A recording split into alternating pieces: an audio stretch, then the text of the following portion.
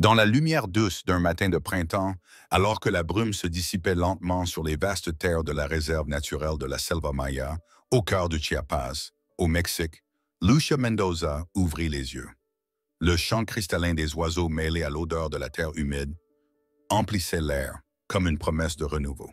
Fille unique de Miguel Mendoza, célèbre écologiste et fondateur de la Fondation de préservation locale, Lucia avait grandi dans un monde peu ordinaire, à la frontière entre la civilisation humaine et les mystères sauvages de la jungle.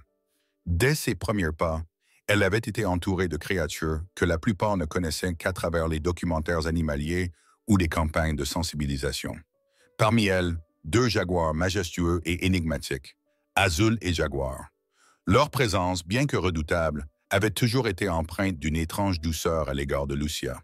Son père, persuadé que seule une proximité sincère avec les animaux pouvait éveiller une conscience écologique profonde, avait tissé un lien unique entre sa fille et ses félins. Azul, au pelage bleuté et au regard perçant, veillait sur Lucia comme un gardien silencieux. Il posait parfois une patte mesurée sur son épaule quand elle trébuchait sur les racines humides, comme s'il craignait qu'elle ne tombe. Jaguar, plus joueur, adorait se glisser entre les feuillages à ses côtés, épiant leurs proies imaginaires dans les éclats de rire et les bruissements de la jungle. Ils formaient un trio improbable, réuni par une confiance si rare qu'elle semblait relever du miracle. Chaque interaction était méticuleusement encadrée par les soigneurs et documentée par Miguel lui-même. Il rêvait de prouver que la coexistence pacifique entre l'homme et l'animal n'était pas une utopie, mais un chemin d'avenir.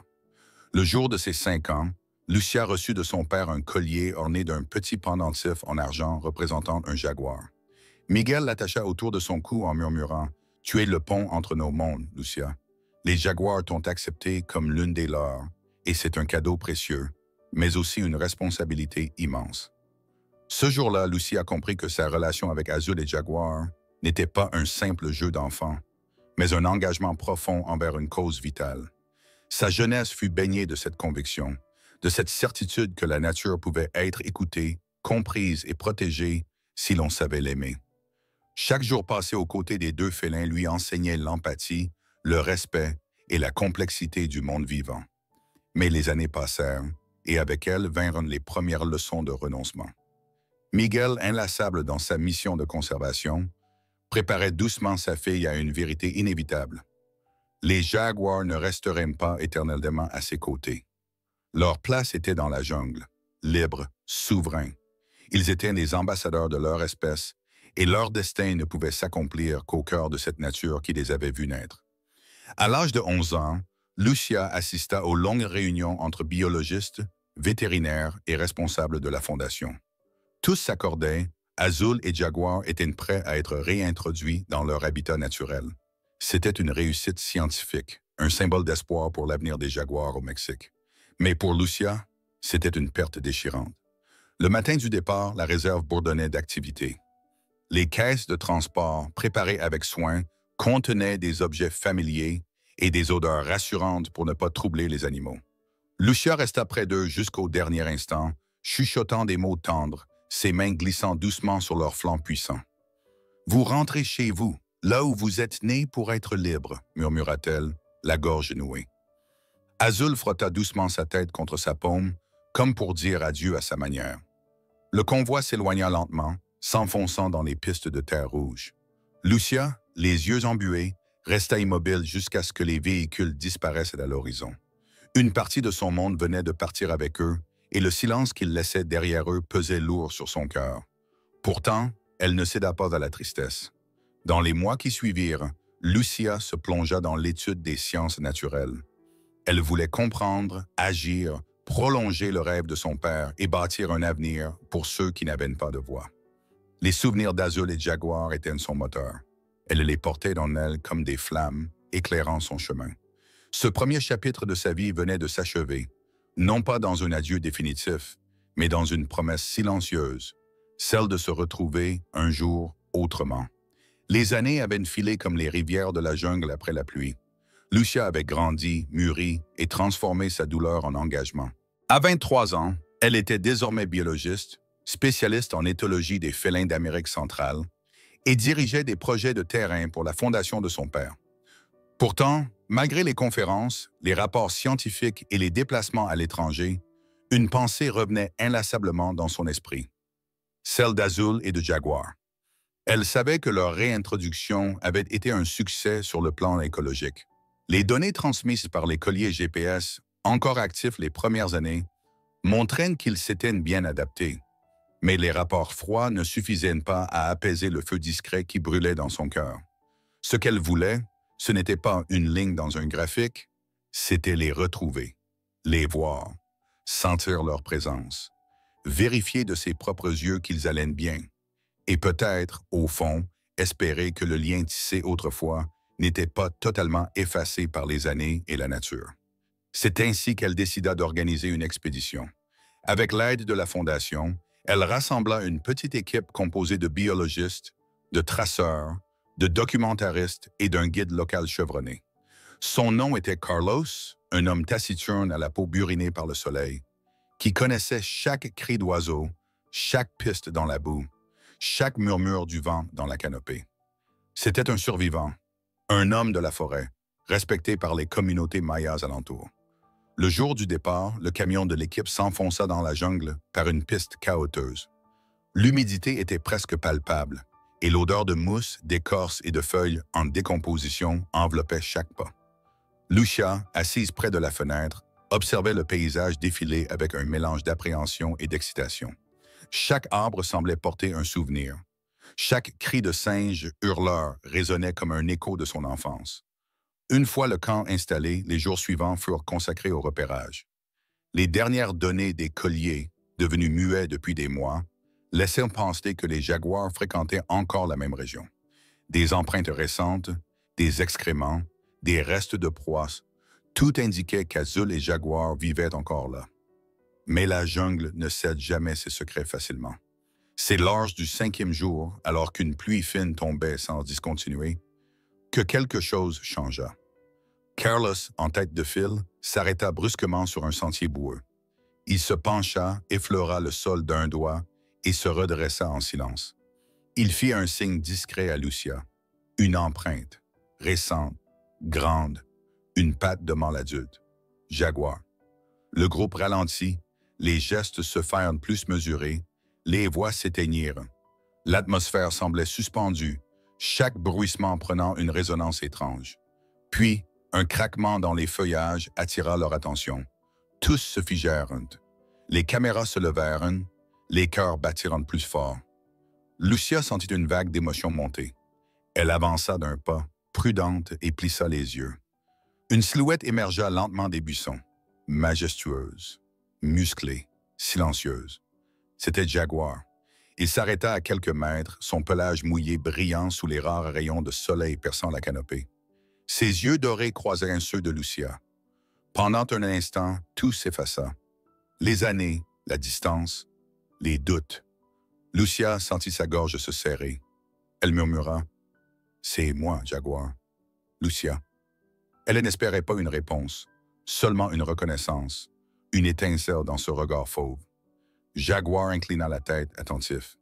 Il resta immobile, observant. Les autres membres du groupe n'osaient pas bouger. Carlos, les yeux rivés sur la scène, chuchota simplement. « Ne fais aucun geste brusque, il te teste. » Puis, contre toute attente, Jaguar s'avança d'un pas. Un grognement grave mais doux s'échappa de sa gorge. Lucia le reconnut aussitôt. Ce n'était pas une menace. C'était une salutation. Le même grondement feutré qu'il émettait lorsqu'elle s'approchait de lui enfant. Elle sentit ses jambes trembler. Lentement, elle s'agenouilla pour être à sa hauteur. Jaguar s'approcha encore, ses muscles roulant sous sa fourrure sombre. Et puis, dans un geste d'une grâce surprenante, il vint frotter sa tête contre la main tendue de Lucia. Un frisson parcourut toute l'équipe. Certains avaient les larmes aux yeux. Lucia, elle, sentit une chaleur douce l'envahir. Il se souvenait. Ce moment suspendu fut l'aboutissement d'une vie. Un cercle qui se refermait. Un miracle né de la patience, de l'amour et du respect. Jaguar resta là, quelques minutes, à ses côtés. Puis il tourna doucement la tête, jetant un regard vers les profondeurs de la jungle, comme pour dire « Suis-moi si tu veux voir ». Et Lucia comprit, l'histoire n'était pas terminée. La jungle semblait s'ouvrir devant eux, comme si Jaguar lui-même traçait le chemin. Lucia suivait à distance respectueuse, consciente qu'elle n'était plus l'enfant à qui il servait de compagnon de jeu, mais une étrangère marchant sur les terres d'un souverain. Le reste de l'équipe, guidé par Carlos, restait en retrait, laissant Lucia s'enfoncer dans la végétation luxuriante sur les traces du félin. Chaque pas qu'elle faisait éveillait en elle des souvenirs enfouis. Le rire d'une fillette, le frôlement de moustaches sur sa joue, les jeux entre les arbres géants de la réserve. Jaguar avançait d'un pas sûr, majestueux, son pelage se fondant dans les ombres mouvantes de la forêt. À plusieurs reprises, il se retournait pour s'assurer qu'elle le suivait encore, ses yeux dorés captant la lumière comme deux braises anciennes. Lucia, le cœur battant, ne perdait rien de ses mouvements. Elle avait l'impression d'assister à quelque chose de sacré, une cérémonie silencieuse, un hommage rendu à l'histoire qu'il partageait. Soudain, une silhouette apparut dans une clairière baignée d'ombre, plus fine, plus élancée, mais tout aussi imposante. C'était Azul. Le souffle de Lucia se coupa. Le jaguar à la robe légèrement plus claire la fixait avec cette même intensité tranquille. Il n'y avait pas de grognement, pas d'alerte, juste un calme absolu. Lucia s'immobilisa, submergée par une émotion pure. Les deux félins étaient là réunis comme un souvenir vivant. Elle s'agenouilla doucement, laissant la terre mouillée imprégner ses vêtements. Dans un geste instinctif, elle sortit de son cou une fine chaîne argentée. Le pendentif en forme de jaguar brillait faiblement sous le ciel obscurci. Elle le porta à ses lèvres. « Je suis venue comme je te l'avais promis, papa », murmura-t-elle. Elle savait qu'il aurait voulu être témoin de ce moment, lui qui avait rêvé d'une harmonie entre l'homme et l'animal. Pendant de longues minutes, Lucia observa les deux jaguars évoluer autour d'elle, se frôlant, communiquant par gestes subtils et sons à peine perceptibles. Ils étaient sereins, souverains, pleinement chez eux. Ce n'étaient plus les jeunes félins joueurs de la réserve. C'étaient des géantes du territoire, porteurs d'un héritage ancien. Lucia comprit alors qu'ils n'avaient jamais cessé d'être eux-mêmes. C'était elle qui avait dû changer pour pouvoir les revoir ainsi. Elle sortit son carnet de terrain, esquissa quelques notes, mais s'arrêta vite. Ce moment ne pouvait être capturé.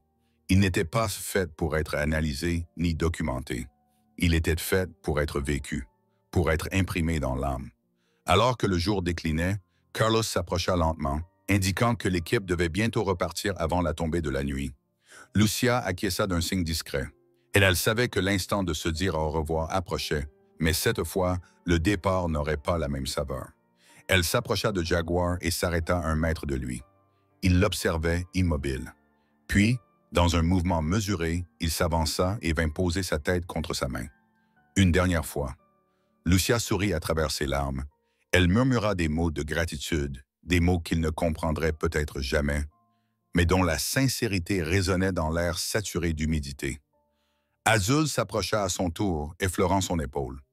2 adieux, 2 bénédictions silencieuses. Puis, sans bruit, les félins disparurent dans l'épaisseur de la forêt, engloutis par l'ombre, comme des esprits anciens retournant à leur royaume. Lucia resta là encore un instant, immobile, avant de rejoindre lentement le reste du groupe. Le chemin du retour fut silencieux. Chacun respectait le caractère unique de ce qu'il venait de vivre. De retour à la basse Aile, alors que la nuit tombait et que la jungle reprenait ses chants, Lucia resta un moment seule, contemplant la voûte étoilée au-dessus de la canopée. Son cœur était lourd, mais apaisé. Les jours qui suivirent, les images de la rencontre furent diffusées à travers le monde. Les vidéos montrant l'approche respectueuse, le contact entre l'humain et le prédateur suscitèrent une vague d'émotions. Des écoles aux congrès internationaux, on parlait d'un miracle. Mais pour Lucia, ce n'était pas un miracle.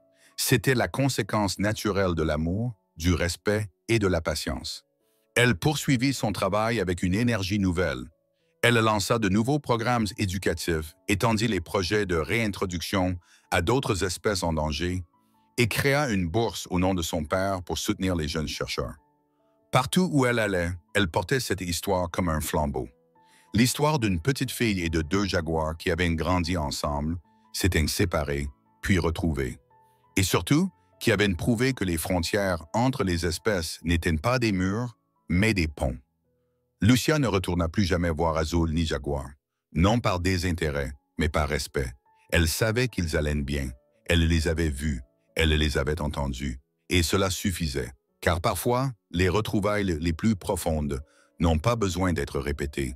Il suffit qu'elles aient existé pour nous transformer à jamais.